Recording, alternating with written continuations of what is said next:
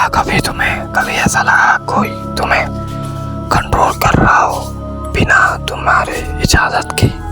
तो चलिए इस वीडियो को मैं जानते हैं।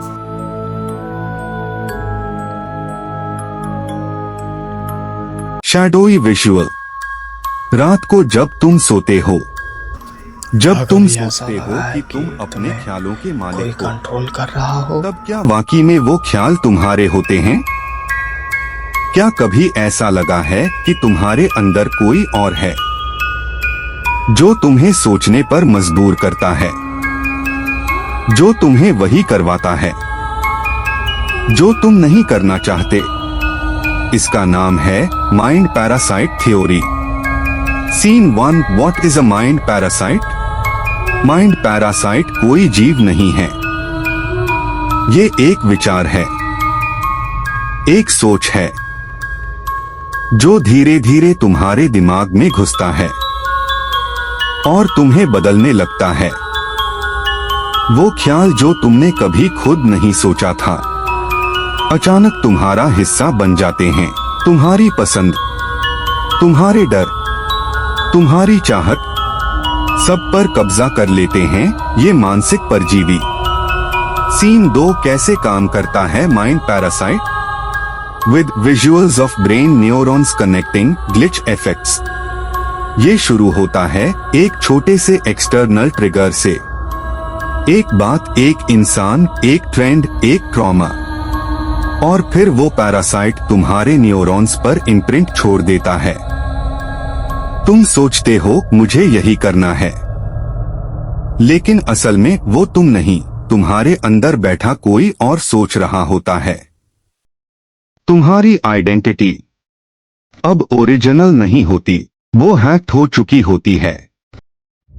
सीन 3। सिम्टम्स। क्या तुम्हारे अंदर पैरासाइट है? क्या तुम बार बार एक ही टॉक्सिक इंसान की तरफ खींचते हो? क्या तुम्हें अपनी इमोशंस पर कंट्रोल नहीं रहता?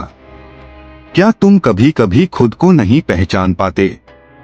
अगर हाँ, तो शायद तुम अकेले नहीं हो, कोई और भी है तुम्हारे साथ, तुम्हारे अंदर। सीन 4। ओरिजिन। माइंड पैरासाइट कैसे पैदा होते हैं? ये पैरासाइट अक्सर बचपन के दर्द, इमोशनल निग्लेक्ट या सोसाइटी के एक्सपेक्टेशंस से जन्म लेते हैं।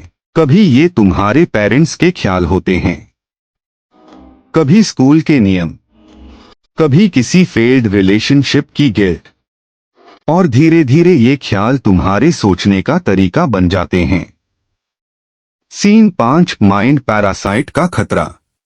ये पैरासाइट सिर्फ तुम्हारी सोच को नहीं, तुम्हारे फैसले, तुम्हारे रिश्ते और तुम्हारी जिंदगी को कंट्रोल करता है। तुम सोचते हो ये मेरा पैशन है, लेकिन असल में वो इम्प्लांटेड डिजायर होती है। तुम सोचते हो ये मेरा प्यार है, लेकिन असल में वो ट्रॉमा बॉन्डिंग होती है।